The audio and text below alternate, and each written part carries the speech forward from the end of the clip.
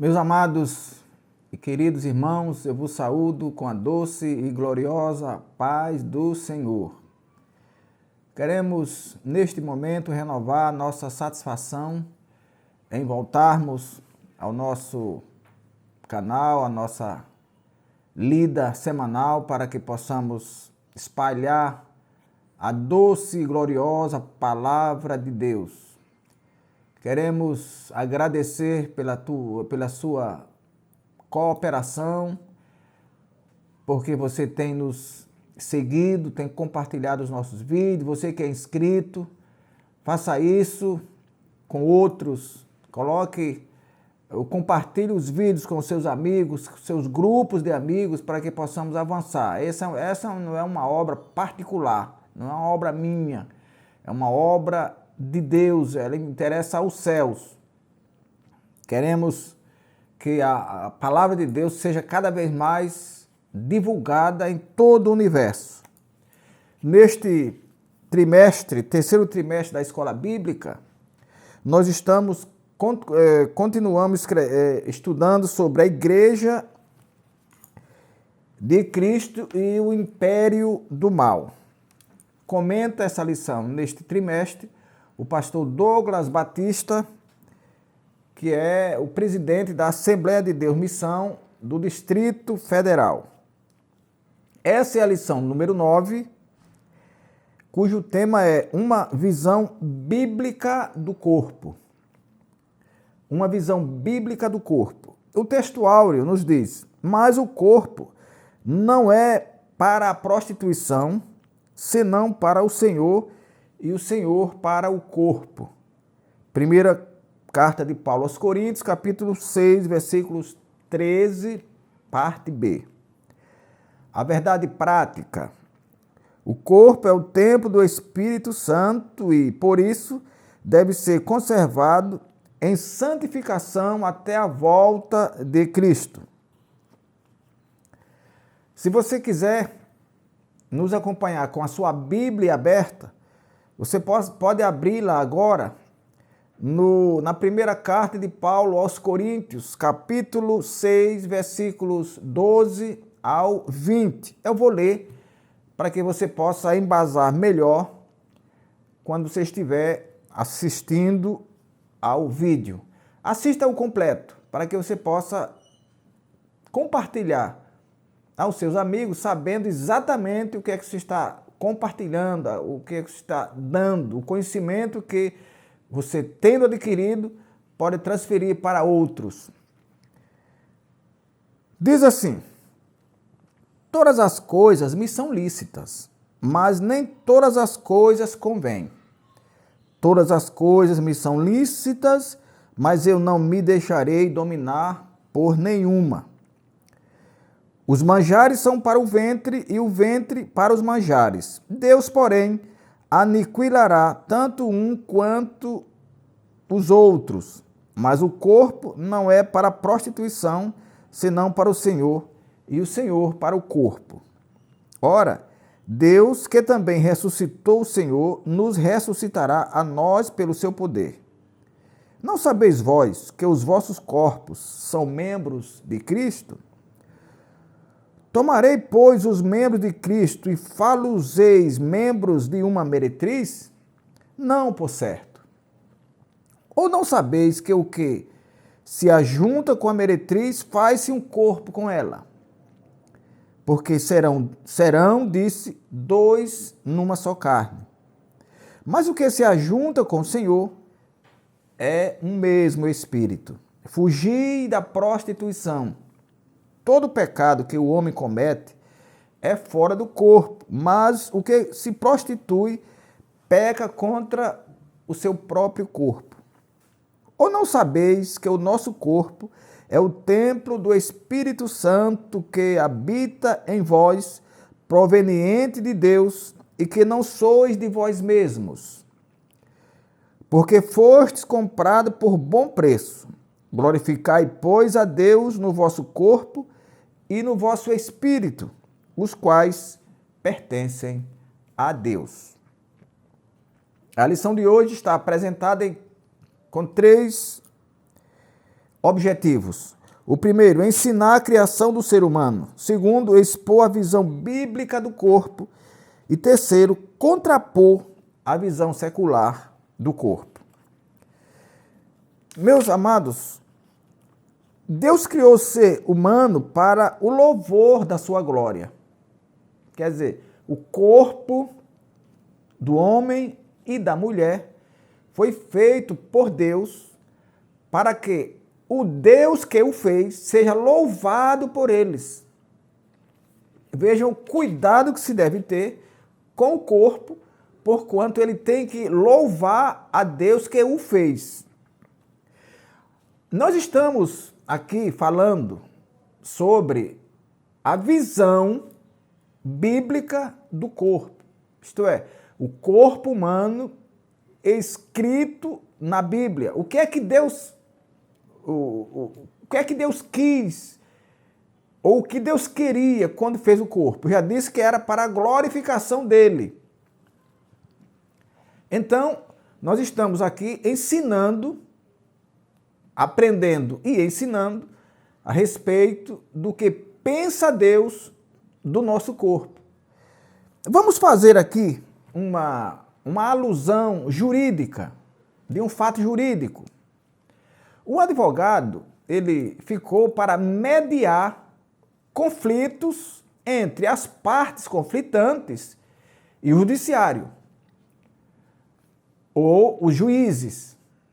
Então, tanto o advogado quanto os juízes o fazem de acordo com a letra dos códigos, os escritos das leis. O advogado media o conflito e o juiz julga esse conflito, mas tudo de acordo com as leis, os códigos de leis. Não pode ser fora deles. Da mesma forma, nós estamos aqui estudando o corpo sob a ótica bíblica e não fora dela. O que o homem faz nos dias de hoje é uma afronta contra o Criador. Por exemplo, as pessoas querem que o autor não tenha controle sobre a sua autoria. É verdade que, se eu sou autor de alguma coisa, eu tenho que ter controle sobre a minha autoria, sobre aquilo do qual eu sou autor. Eu quero ler alguns versículos aqui com vocês, para que nós pensemos melhor a respeito daquilo que o homem quer fazer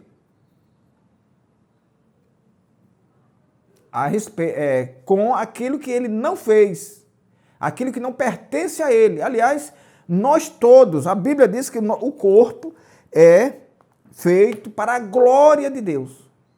E devemos, por isso, glorificar a Deus nesse corpo, no nosso corpo. Em Romanos 9:20, nós lemos o seguinte. Quero que você atente bem, para você ver que as pessoas estão se insurgindo, se rebelando contra o autor do corpo, o autor da vida. Romanos 9:20 diz assim: mas, ó homem, quem és tu que a Deus replicas? Porventura, a coisa formada dirá ao que a formou: por que me fizeste assim? É isso que o homem está fazendo, ele está retrucando, ele está querendo reprovar o autor do corpo. Quer dizer, o corpo que perdeu já a glória de Deus, cujo pecado já tirou toda a sua linha de crença no Deus Todo-Poderoso, ele agora, sendo a coisa formada, quer replicar, quer se insurgir, quer se rebelar contra aquele que formou. Isaías 45, convido você para lermos. Isaías 45, versículos 9 em diante. Isaías 45, 9 em diante, diz assim: Ai daquele que contende com o seu Criador, caco entre outros cacos de barro. Porventura, dirá o barro ao que o formou: que fazes? Ou a tua obra não tens mãos? Glória a Deus. Ai daquele que diz ao pai: que é o que geras, e à mulher: que dás tu à luz.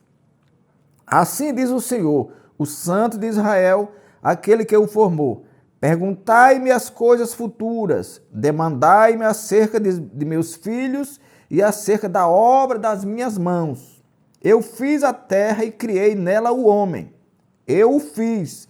As minhas mãos estenderam os céus e a todos os seus exércitos dei as minhas ordens. Ainda em Isaías capítulo 10, versículo 15. Isaías capítulo 10, versículo 15 nos diz: porventura, gloriar-se-á o machado contra o que corta com ele? Ou presumirá a serra contra o que puxa por ela? Como se o bordão movesse aos que o levantam, ou a vara levantasse o que não é pedaço de madeira. Ainda em Isaías capítulo 29, versículo 16. Vós tudo perverteis, como se o oleiro fosse ao barro e a obra dissesse do seu artífice: não me fez. E o vaso formado dissesse do seu oleiro: nada sabe. É exatamente isso que o homem quer fazer a respeito das obras das mãos de Deus. O corpo que foi feito para a glória de Deus está sendo pervertido da forma mais insana, mais nojenta, para difamar aquilo que foi feito para a glória de Deus em qualquer coisa, sem valor, sem nenhuma valoração. A criação do ser humano, a origem da raça humana. Nós sabemos, meus queridos irmãos, que o homem foi criado de forma sobrenatural e imediata. A questão do estrondo, a questão da evolução, tudo isso é mentira do homem. Não é da ciência, não. O homem que se diz cientista, ele mente, porque a ciência, ela pelo menos, ela tem um norte, ela tem algo que justifique ser ciência. Mas a história da evolução é uma tremenda mentira. Porque a Bíblia diz que Deus fez todas as coisas, os seres, animais, água, todas as coisas ele fez e finalmente fez o homem. Por isso se diz que o homem é a coroa da criação. Ora, se Deus fez num dia o animal e no sexto dia fez o homem, em qual período esse homem teria evoluído para chegar ao homem? Como dizem alguns que ele evoluiu do macaco, com qual tempo ele teria feito isso? Deus permitiria que ele, tendo formado um macaco, que ele agora evoluísse para ser homem? Tudo isso, irmãos, é a falta da glória de Deus, é a falta do temor a Deus. Então, o homem foi criado assim, de forma imediata. Deus formou o homem porque ele tem poder. Ele formou o homem do pó da terra. E isso não pode ser contrastado com nada. Não pode ser também contestado por ninguém. É a coisa formada. Pode contestar quem a formou. Quem tem a sabedoria e o domínio de ter formado é quem formou, e não quem foi formado. É triste a gente ver essas coisas. Por isso nós estamos aqui, à luz da Bíblia, desfazendo as mentiras que os chamados cientistas querem incutir na mente das pessoas para enganar. A constituição do ser humano. A nossa declaração de fé, a declaração de fé da Assembleia de Deus, diz que a natureza consiste numa parte, que a natureza humana consiste em uma parte externa e uma parte interna. Uma parte exterior e uma parte interior. A parte exterior é esse corpo, esses tecidos visíveis, palpáveis que nós temos. E a parte interior, ou homem interior, é o espírito e a alma. Mas, meus queridos, por ser um ser tricotômico, isto é, 3 substâncias que formam o mesmo corpo, um depende do outro. Para que Deus seja glorificado, ele precisa do corpo. Esse corpo, ele vai ser esse invólucro do espírito e da alma, mas quando o espírito e a alma saem, o corpo morre, porque um está ligado ao outro. Deus faz as coisas de forma a não serem contestadas, porque ele é o Deus que sabe todas as coisas. E o homem é o único ser que tem, esse ser tricotômico, que tem a parte externa, corpo, e a parte interna, espírito e alma. Então, esse corpo, ele aparenta, é como se ele fosse uma embalagem. As pessoas nos veem pelo nosso corpo. É claro que as pessoas não veem o nosso espírito e a nossa alma, mas eles estão lá dentro. Eles formam essa tricotomia maravilhosa que um dia se desfará. Mas a Bíblia diz que nesse dia que ela será desfeita, o corpo que saiu do pó da terra e não da evolução, como alguns ensinam, volta para o pó e o espírito volta a Deus que o deu. Louvado seja o Senhor. A queda e a restauração humana. A Bíblia revela, meus amados irmãos, a queda. Sabemos que o homem caiu lá no Éden, quando a mulher desobedeceu a Deus, ouviu a serpente, que ali era Satanás, e tendo comido o fruto que Deus havia dito que não comesse, ela também deu a Adão que comeu. E ali a Bíblia diz, o apóstolo Paulo diz em Romanos, todos pecaram. E eu quero ler com você aqui em Romanos 7, 20. E esse pecado, meus amados irmãos, ele se abrangeu, ele se alastrou por todas as pessoas.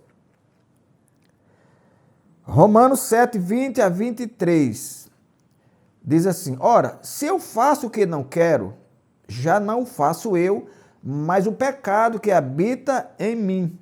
Acho, então, esta lei em mim, que quando quero fazer o bem, o mal está comigo. Porque, segundo o homem interior, lá o espírito e a alma, tem o prazer na lei de Deus. Mas vejo nos meus membros, no corpo exterior, outra lei que batalha contra a lei do meu entendimento e me prende debaixo da lei do pecado que está nos meus membros. Então, dá para ver aí que a alma é a sede dos nossos sentimentos. É a sede da nossa vontade, por exemplo. É com a alma que nós nos alegramos, é com a alma que nós nos entristecemos, é com a alma que nós aprendemos, é com a alma que nós nos relacionamos com as pessoas. Mas é com o Espírito que nós nos relacionamos com Deus. Então é por isso que ele diz que a lei do Espírito, às vezes, é sufocada pela lei da carne. A lei lá que está no interior, a lei do entendimento, às vezes é sufocada pelos membros que estão no nosso corpo. Não que o nosso corpo seja a sede da maldade, não. O nosso corpo, se nós não tivermos cuidado, ele pode servir de instrumento para o pecado, mas ele não é a sede do pecado. Porque se ele fosse sacerdote do pecado, Jesus não teria vindo em corpo. Os profetas não teriam feito o trabalho em corpo, os apóstolos e assim por diante. O corpo é dado por Deus para que, por ele, nós guardemos o nosso homem interior. A visão bíblica do corpo. Parte exterior do homem. É isso que eu já expliquei. É a parte de fora, é o invólucro, é a embalagem. O termo corpo, do grego soma, normalmente identifica a parte exterior do nosso corpo. O termo carne, quando se refere ao homem físico, inclui a dimensão exterior. E muitas vezes esse termo carne se refere não ao tecido que nós vemos, mas se refere à predisposição do homem para o pecado. A Bíblia diz que não haverá mais condenação para os que estão em Cristo Jesus, que não vivem segundo a carne. Ele não está dizendo que não vivem na carne, ou que estão vivos. Não está falando do tecido, a carne não. Está falando da predisposição do homem para pecar, herdada lá do Éden. Mas ambos os termos referem-se ou indicam a parte visível, material da natureza humana, o termo carne e o termo corpo. Tanto um quanto o outro referem-se à parte visível, a esse corpo, ao tecido, a nossa carne, aquilo que nós estamos vendo. Mas também ela pode se referir à carne como a predisposição para o pecado, a disposição do homem para pecar. Templo do Espírito Santo. A Escritura declara que o corpo não é para a prostituição, senão para o Senhor. Mas o que é que estão fazendo? As pessoas estão deturpando uma obra que não é delas. Ora, se alguém se apropria aqui, por exemplo, de uma música que não é dele, ele grava uma música que não é dele, ele faz um trabalho e usa, sem autorização, trechos de outro autor, ele está passivo de pagar ou de sofrer alguma sanção por se apropriar de uma obra que não é dele. Ele está ferindo os direitos autorais. Mas, irmãos, e o que é que estão fazendo com o nosso Deus? Foi Deus que criou o homem. E esse mesmo homem, que é feitura do nosso Deus, ele está sendo desfeito, desfigurado. É a tal da transgenealidade. É homem querendo virar mulher, mulher querendo virar homem. São pessoas que afirmam que o corpo, que uma criança, por exemplo, não sai com o sexo definido. Isso ela aprende com a vida. Mas elas não podem provar, elas não podem esconder as genitálias. A genitália masculina, que nasce no menino, e as genitálias femininas, que nasce na menina. Ninguém pode esconder isso.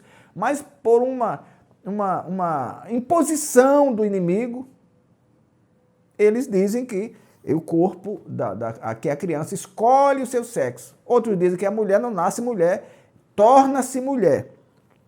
Tudo isso, meus amados irmãos, é uma aviltante deformação do corpo, e a Bíblia diz que um dia essas pessoas darão conta ao autor do corpo. A criatura que se insurge, que se rebela contra o Criador, um dia terá que dar conta ao Criador dessa insurreição e dessa rebeldia que hoje eles apresentam no corpo. Porque o corpo é o templo do Espírito Santo. O templo é quem recebe Vamos ver o templo físico aqui. O templo não é a igreja são as pessoas, mas o templo são as paredes, é a edificação. Então, o templo recebe as pessoas para cultuarem a Deus. Então, o corpo, como templo do Espírito Santo, ele tem que receber as coisas de Deus, as virtudes de Deus. Ele tem que louvar a Deus por ser feitura dele, e não o contrário. Ele tem que se conformar que Deus fez tudo completo. Se Deus nos fez com 5 dedos, é porque nós precisávamos de 5 dedos. Se Ele nos fez com 2 pernas e fez a vaca com 4, é porque a vaca precisava de 4 e nós precisávamos de apenas 2.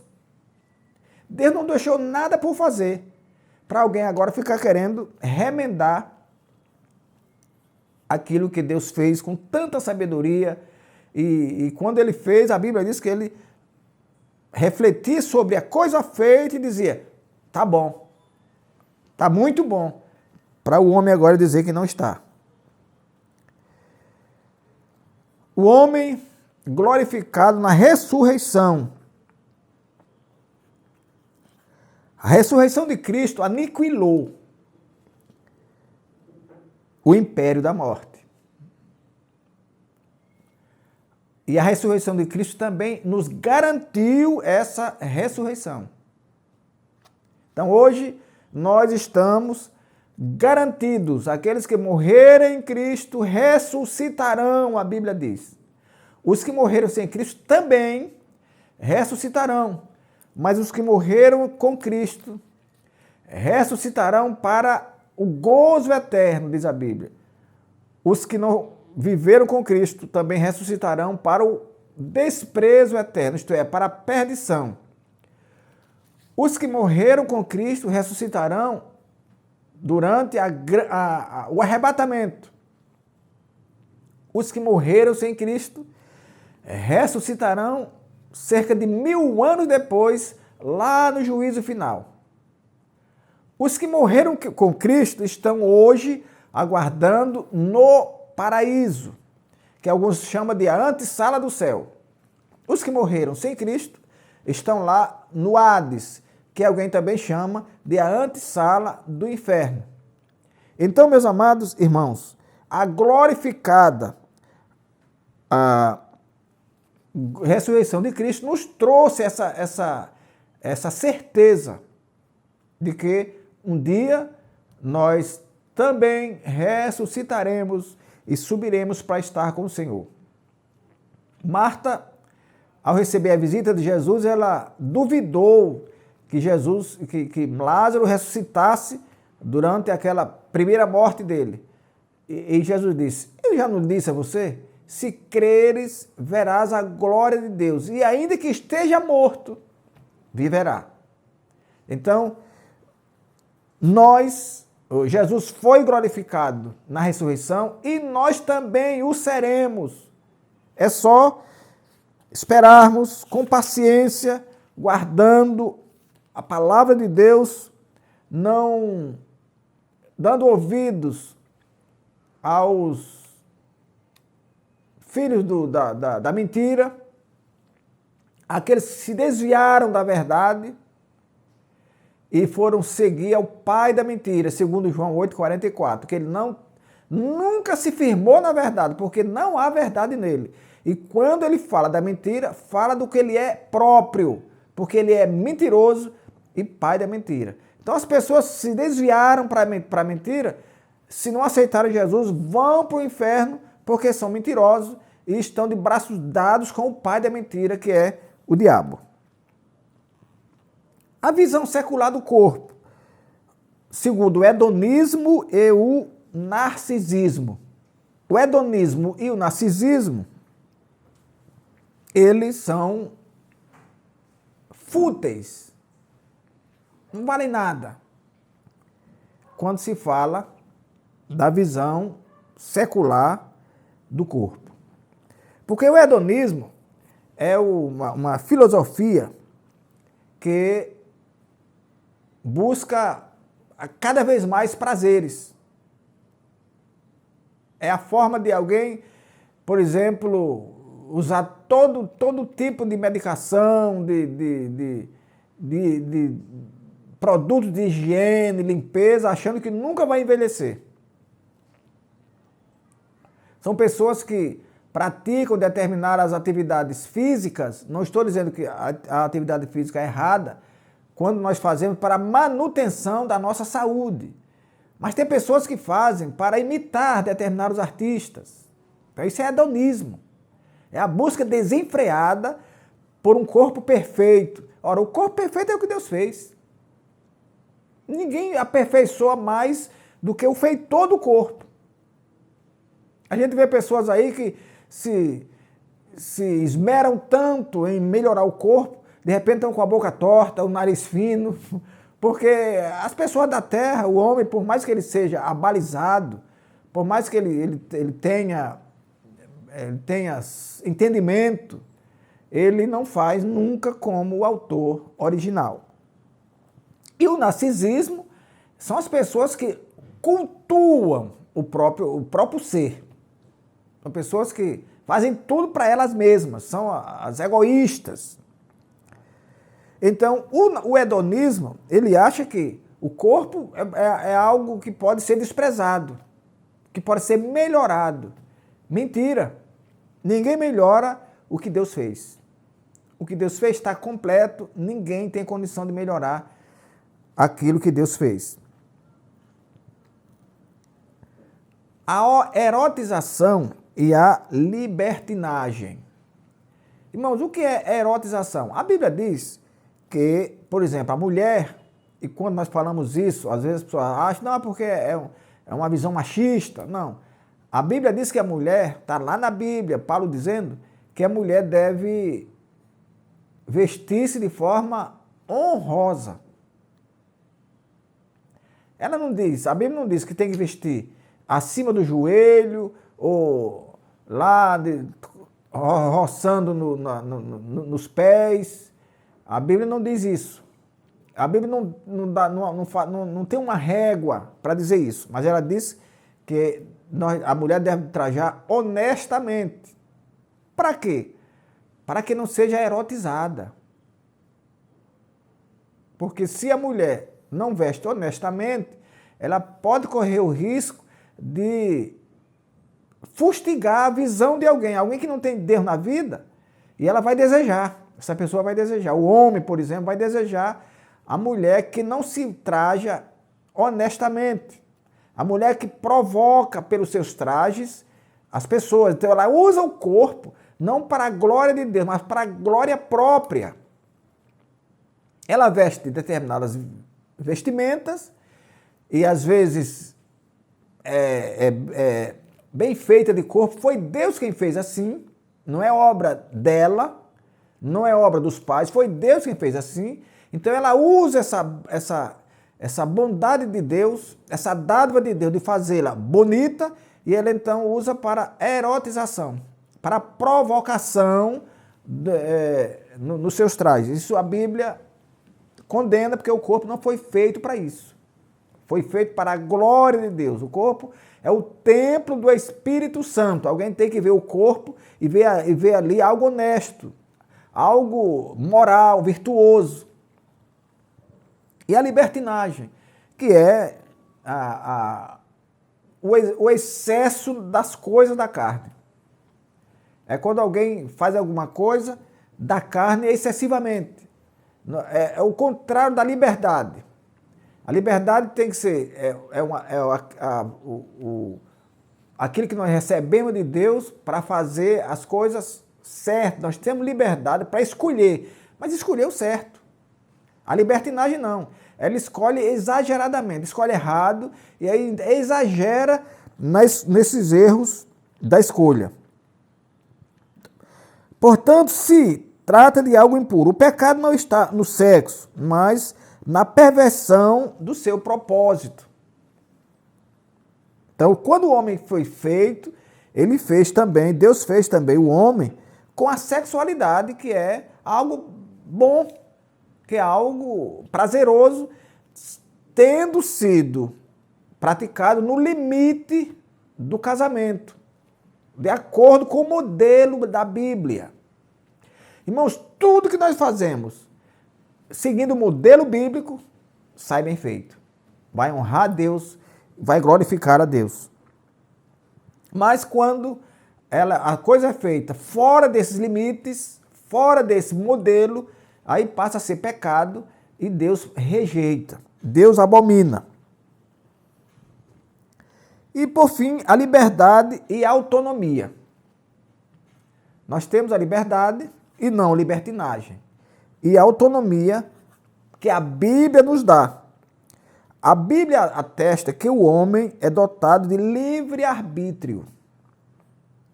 Nós podemos escolher o que queremos, ou o bem ou o mal.